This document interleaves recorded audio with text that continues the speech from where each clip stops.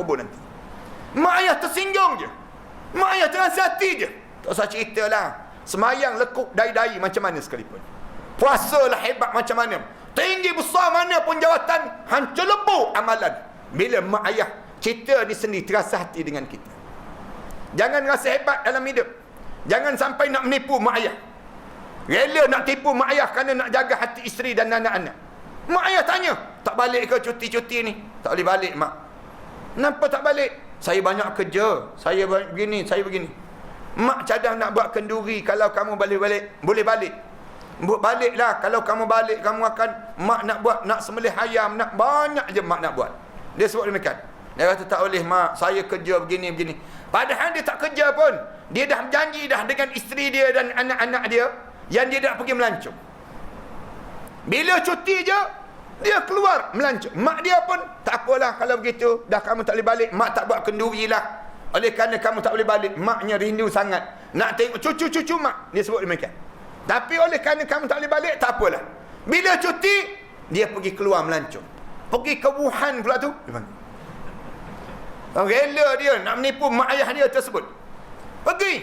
Isteri dia ambil gambar. Isteri dia ambil gambar post dalam Facebook. Yang ni yang saya tegur banyak kali ni. Kita ada suami isteri, tak payah nak cerita lah pada orang dalam Facebook. Tak payah. Ni kadang-kadang post. Bila post dalam Facebook, kebetulan mak mertua dia ni pula ada Facebook juga. Mak mertua dia pun tengok. Oh, anak aku menipu aku rupanya. Bocor. Yang dia sebut, dia kata banyak kerja, rupanya dia pergi melancong. Dulu tak pernah nak menipu macam ni belum kahwin dengan perempuan ini. Bila dah kahwin dengan perempuan ni, dah mula perangai dia berubah dalam hidup. Ni jaga-jaga perhatian sekali. Orang lelaki ni, satu penyakit yang sedang melanda di kalangan kitanya, bila semakin berusia, semakin takut pada isteri. Takut pada bini, dia panggil macam. Takut pada bini ni satu penyakit.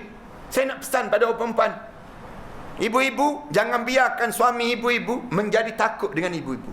Jangan. Ni sampai tengking-tengking suami. Jangan tengking suami, jangan. Ni kadang-kadang suami ni terasa hati. Suara ditinggikan suara. Depan suami ni ditengkingnya suami. Dikatakan dengan kata-kata yang menyebabkan terguris hati seorang suami. Ni berlaku di kalangan kita ni. Kan? Ramai yang angguk ni, tanda betul tu ni. Nak sebutnya di kalangan kita. Isteri dah lama kahwin, tengking suami. Dulu tak pandai nak tengking pun pada suami. Tapi dah lama dah. Dia buat apa dia? Peduli apa orang tua tu disebut. Malam-malam dia tidur dengan cucu dia. Yang si atuk ni, terkebir-kebir tidur seorang. Ni dipanggil demikian. Ni pun penyakit ni. Yang akhirnya, suami jadi takut dengan isteri. Dia takut pada isteri lebih daripada dia takut pada Allah Subhanahu Wa Taala. Bila isteri dia kata jangan pergi ke surau, dia pun tak pergi ke surau. Bila isteri dia kata pergi ke surau, dia pun pergi ke surau. Dia pergi kerana isteri dia paksa dia pergi ke surau. Bukan orang tempat ni lah, orang di Australia ni dia panggil. Nak sebutnya, dia takut pada isteri dia, bukan dia takut pada Allah. Bahaya tuan-tuan yang terjadi di kalangan kita. Kadang-kadang duduk dengan kawan-kawan tu, kawan-kawan pun tahu dia ni takut bini ni. Duduk dengan kawan-kawan tu, tengah-tengah minum air tu, elok-elok minum air tu, bunyi deringan telefon, terjatuh gelas tu, tung jatuh. Dia kan, kenapa kawan dia sebut? Isteri aku telefon, dia sebut. Isteri aku telefon, dengar deringan tu tak sama dengan deringan biasa. Dia letak ya ke kawan dia kata, ya, isteri aku telefon, tengok ni. Dia pun tunjuk nombor telefon isteri dia sebut. Dia tulis kat depan tu, Lang Sui, dia tulis demikian. Nah, sebutnya dia tulis siap awal-awal lagi. Kan aku dah kata, kawan dia jawab. Jawab, kita pakat-pakat dengar, dia kata. Isteri kau nak kata apa? Dia pun buka. Dia jawab. Dengar terus. Isteri dia pula bila angkat aja, kat mana? Katanya isteri. Kat mana? Dia jawab, minum air dengan kawan-kawan. Minum air lagi dengan kawan-kawan masa ni. Tak cukup lagi ke air kat rumah. Dia tengking begitu. Kawan-kawan dia kata, dah kena dah. Kawan-kawan sebut. Isteri kata, lambat lagi kena balik. Sikit-sikit lagi lah balik. Katanya dia jawab, sikit-sikit lagi balik. Tak, sekarang juga balik. Balik, katanya isteri. Balik tu dia pun tutup handphone terus. Aku balik dulu. Dia sebut. Aku balik dulu. Dia sebut. Allahu Akbar. Yang balik tu ketua kampung pula tu. Nak sebutnya ketua kampung pun takut bini. Nak sebutnya di kalangan kita. Jadi takut. Bukan kampung ni juga, kampung lain. Nak gambarkan pada diri kitanya suasana hidup. Semakin tua semakin takut pada isteri. Pelik betul perangai kita. Rasulullah dah pesan dah, ta'isyu abduz zaujah. Sebangsa-bangsa manusia yang orang takut dengan isteri dia. Menjadi hamba pada isteri dia. Bukan demikian.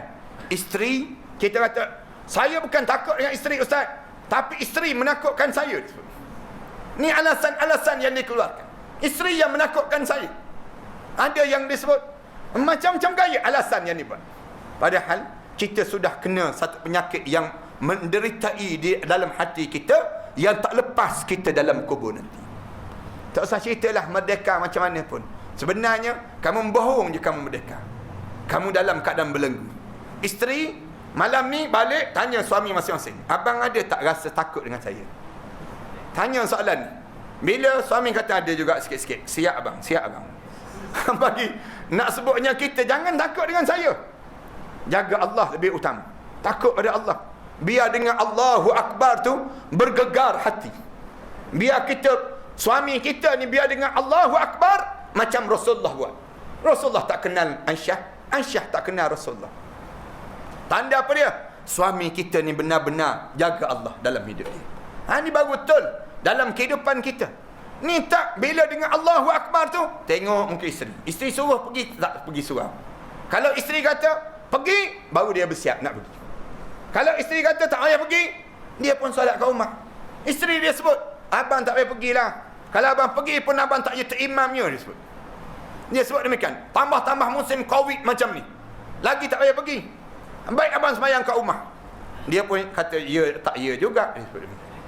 Akhirnya dia menjadi ketakutan dalam hidup dia, dipandu oleh isteri dia, sehingga kan dia tidak dipandu oleh syariat agama. Saya nak minta maaf yang ni tuan-tuan. Yang ni penyakit yang sedang dideritai di kalangan orang Melayu kita. Orang Melayu kita sedang menderita penyakit ni. Penyakit takut dengan isteri sehingga terbau-bau sampai masuk dalam kubur dalam hidup dia. Yang ni yang menjadi bahaya dalam hidup kita, yang kita kena pulihkan. Diri kita ni menjadi benar-benar taat pada Allah Subhanahu Wa Taala.